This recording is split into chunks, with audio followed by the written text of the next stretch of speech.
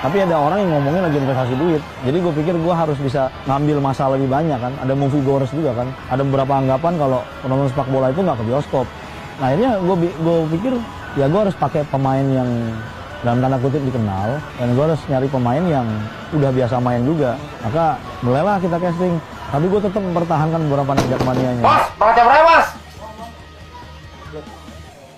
Lu mau bareng kita? Iya bos. Iya bos. Seragam lu tuh kayak badut. Badut, kuasa edut, gigi lo gendut. Ya, pertama kali baca skrip itu, ya gue pengen banget jadi pemain, akhirnya bisa terlaksana. Dan dibilang sih ada percintaan anak Jack sama anak Viking. Wah, gue pertama nggak setuju banget nih anak Jack sama anak Viking. Terus gue baca lagi bilang, oh nggak apa-apa dah. Untung teman gue nggak apa-apa dah lo baca anak Viking, asal jangan gue. Ya pas ngeliat skrip itu kan banyak pemain, wah pengen banget nih gue ngata-ngatain aktor besar kan kayak Alex Komang baru ya bertatap muka langsung dengan Alex Komang, aktor besar. Biasanya kan gue ngeliat di film, di TV. Kalau nggak di dulu kan video, nggak ada DVD, nggak ada lu video. Wah gue lihat, oh gini orangnya. Gue pengen banget tuh pas dia pakai baju Persib gue kata-katain kayak anjing. Ya kebetulan dia nggak satu frame. Kalau satu frame mah gue kata-katain. Sidoliknya. Nama saya Alex Komang. Di film Romeo Juliet ini saya berperan sebagai Arman, yaitu orang yang memiliki pengaruh yang kuat dalam sebuah kelompok Viking, kelompok supporter sebuah kesebelasan. Dan dia memiliki adik yang dalam hal ini si Juliet yang mencintai seorang pemuda yang kebetulan berasal dari kelompok musuhnya. Anjing! Ranggaman.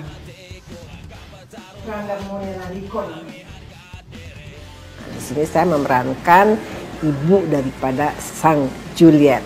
Sebuah tantangan untuk saya sebetulnya karena di sini saya memerankan ibu yang merasa bertanggung jawab terhadap anak gadisnya. Selain itu juga ada kakaknya si Juliet ini. Nah, kami ini hidup kami tergantung pada kakaknya Juliet ini. Di lain sisi saya menyetujui apa yang akan dilakukan oleh si Juliet ini. Di lain tempat saya akan bertentangan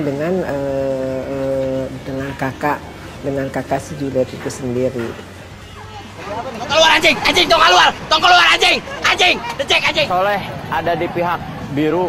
Soleh saksi hidup pergulatan atau pergelutan oranye lawan biru.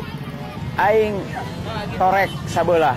Kubudak ngejek digebug ku batu bata di jalan tol. Saya setengah ngadenge, setengah ngadangu, setengah nguping apa yang terjadi antara oranye dan biru. Apalagi saya dilahirkan itu tidak suka sama sekali sama sepak bola. Dunia sepak bola itu sungguh menjauhi saya. Tapi ketika saya harus berperan jadi bobotoh Persib, otomatis saya jadi harus kagegeloan ku bola, atau dalam bahasa persatuannya tergila-gila oleh persepak bolaan Indonesia. Tingkat kesulitan memerankan Kang Soleh, saya belum pernah merasa torek sabelah. Jadi itu rada sulit buat saya ya. Akhirnya saya melatih diri saya selama berminggu-minggu membaca naskah di Dahlia Lestari di sana. Sama Kang Alex Komang, saya juga terus mengasah pikiran dan perasaan untuk melafalkan lidah. Aing, silaing, anjing, tanukari itu hese pisannya. Walaupun saya dilahirkan di Garut, tapi kan ari ngomong aing, silaing, anjing mana mah da jarang atuh da. Aing mah rada ngamenak, lain ngamenak. Rada lemes gitu bahasanya. Jadi kesulitannya itu ya memerankan karakter Soleh itu. Sisi Presilia sebagai Desi Kasih Purnamasari. Desi Kasih Purnamasari di sini dia sebenarnya cewek Bandung biasa, nothing special. Satu-satunya yang spesial di dia itu sebenarnya cuma karena dia itu cewek yang suka nonton bola, dia itu lady figure. Nggak di lingkungan teman-teman kampusnya, tapi dia dari kecil apa ya, she raised by Viking ini gitu, kayak kakaknya Desi, abangnya Desi paling tua itu namanya Kang Parman. Secara nggak sengaja, secara nggak langsung Desi itu jadi lady figure gitu, karena dari kecil dia udah bergaul sama anak-anak Viking dan dia dari kecil juga diajak nonton bola gitu. Jadi dalam dirinya itu terpatri sekali kalau dia seorang lady figure, dan lady figure itu setia sekali sama Persib. Enggak, ini kalau udah pecah sih bisa naik.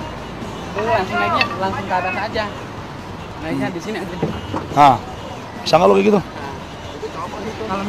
Kalau misalnya ke dalam, dia mau ke dalam lagi? Enggak, dia nggak masuk ke dalam. Pukul dari situ. Oh, berarti dari sini udah pecah. Ah, ya gitu. Rangga Monelariko tuh pemuda remaja, dia pencinta bola, dia suka bola, dia dukung Persija karena dia anak Jakarta.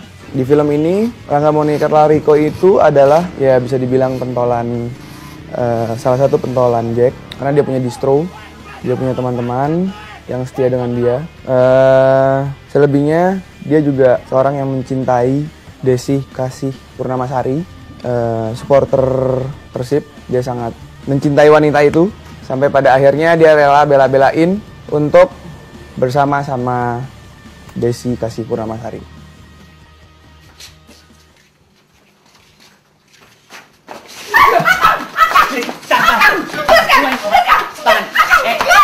Tinggali Desi, Kang! Tinggali Desi! Kang Desi, Kang! Siang, kudu ngehargain aing. Ngehargaan kurang kabeh. Pergi anjing. Pergi. Kalau tak mau mati sekarang, datang sekali lagi, aing bunuh. Bunuh, mak. Ini. Ulang nabi. Udah eta minta deui tanah ieu. Aing haramkeun. Kang! Tingali jari Kang Soleh. Gestorek.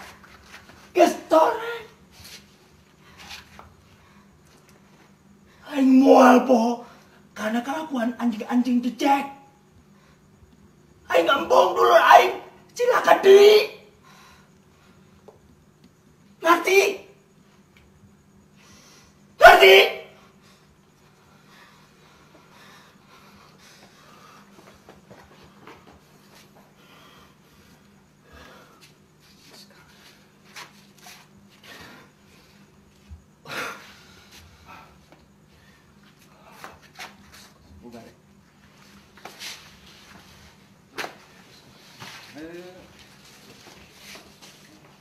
Ada beberapa fakta menarik yang anak-anak Jakmania bilang, katanya ada sekitar 8 pasangan yang putus ketika perang ini mulai.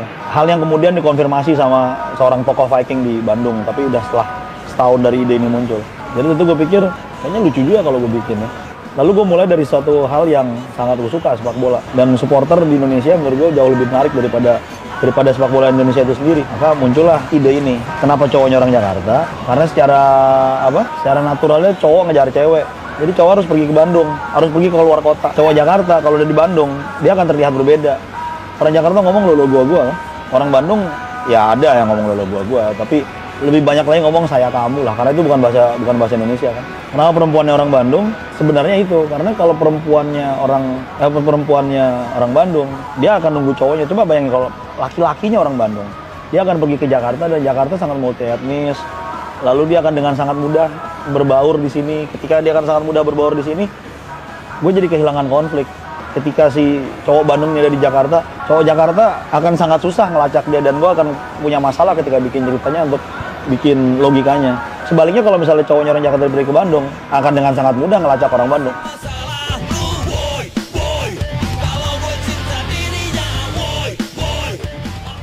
Gue sebagai production designer, gue kerjasama dengan sutradara itu nentuin looks-nya.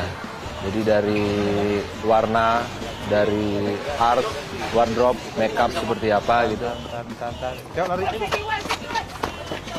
Kita tahu semua Jakarta metropolitan. Semua orang bergerak cepat. Mau di mall, mau di bis, mau di mana, itu ribetnya minta ampun sebenarnya. Untuk membuat gambar Jakarta itu supaya terlihat riweh, itu seperti apa ya? Memang begitu, harus handheld memang. Oke, kita coba dulu beberapa guys mau silakan.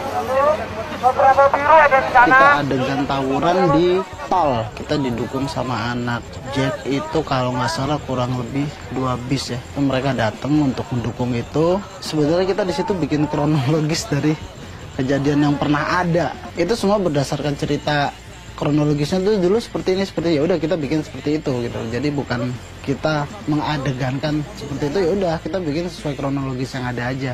Kalau nggak salah di Jakarta itu kita selesai 7 hari. Dari 7 hari itu ada berapa titik ya Jakarta ya? 14 kalau nggak salah. Lebih ya. Pokoknya total, secara total keseluruhan itu 41 titik, 41 lokasi tuh yang kita pakai dalam 24 hari syuting. Jakarta sendiri ya kira-kira 40% lah, sisanya kita habisin di Malang dan Bandung. Saya nggak pernah berpikir macam-macam bahwa bikin film itu emang harus duitnya banyak dan harus pakai alat-alat mahal gitu loh. Yang semuanya harus ada. Ya bullshit kalau menurut gue. Kita belum nyampe ke situ. Gue belum nyampe ke situ.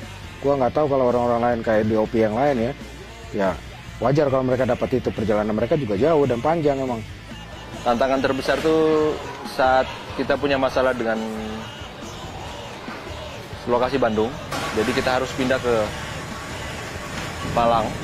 Nah itu kita harus cari tempat yang kira-kira looknya sama dengan Bandung lah gitu. Untungnya di Bandung itu sama ya, Arema itu juga warna biru, jadi nggak begitu sulit ya. Kita nyari rumah-rumah gitu yang tongkrongan-tongkrongan berwarna pakai warna biru gitu. Warna ya, gue pengen nampilin bahwa ketika di Jakarta warna oranye itu mewakili kayak di samping mewakili Jakmania tentunya itu mewakilin Jakarta tuh panas, gerah gitu. Mungkin penonton akan ngerasain itu ketika nonton film ini ya. Dia kan ngerasain ini kok gerah banget ya, nggak nyaman gambarnya gitu.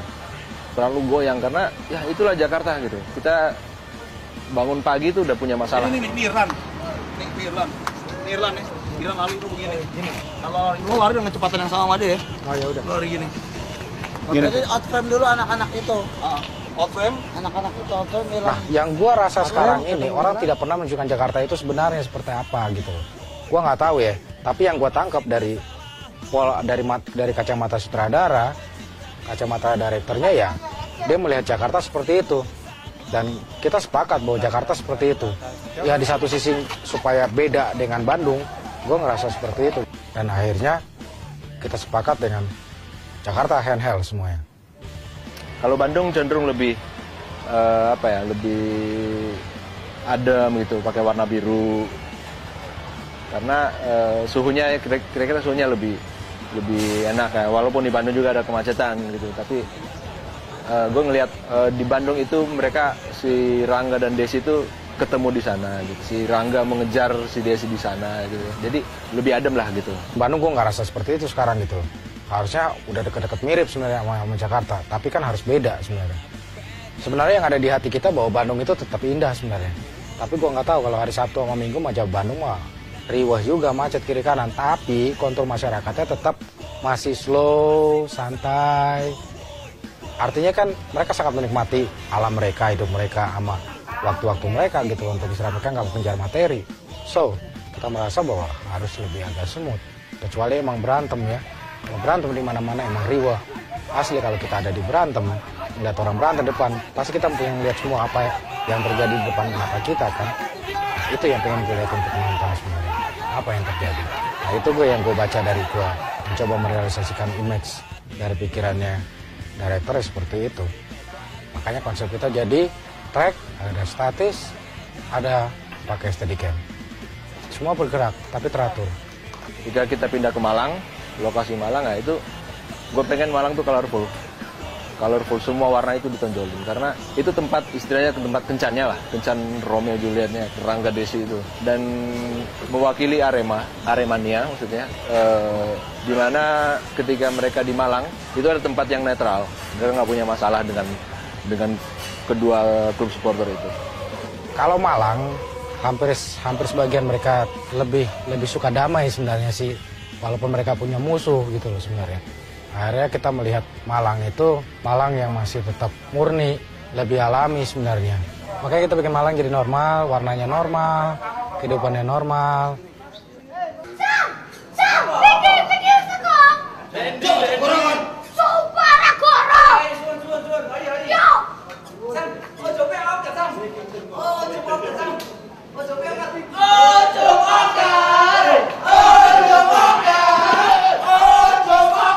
Film Romeo and Juliet saya memandangnya sebagai karya seni dan itu sah-sah saja dan wajar saya sangat menghargai.